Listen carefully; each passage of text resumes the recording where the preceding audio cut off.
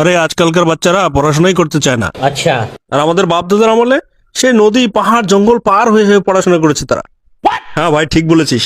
আমার দাদা তো যখন আকাশে বিদ্যুৎ চমকাইতো ওই আলোতেই 2-3 চ্যাপ্টার পড়ে ফেলতো।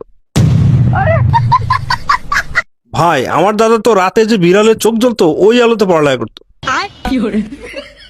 আর আমার দাদাকে দেখে পুরো এলাকার লোক জ্বলতো, উনি তো সেই আলোতে পড়ালেখা করছে। ভাই বাপ দাদার কথা বাদ দে, আমরাই তো কত কষ্ট করে পড়ালেখা করছি। হ্যাঁ ভাই, আমি তো ঘড়ির লাইট দিয়ে পড়ালেখা করছি।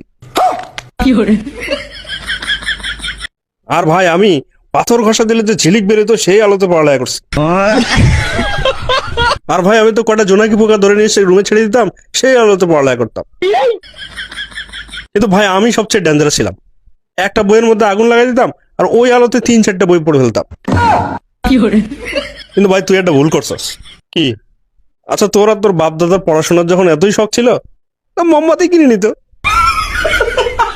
আর শালা তোর আর তোর বাপ দাদার পড়াশোনার এত ঝোঁক ছিল তো দিনে পড়ালেখা করতো। আর শালা তুই হাসতেছিস কেন? সব জানি তোর বাপ দাদা সম্পর্কে।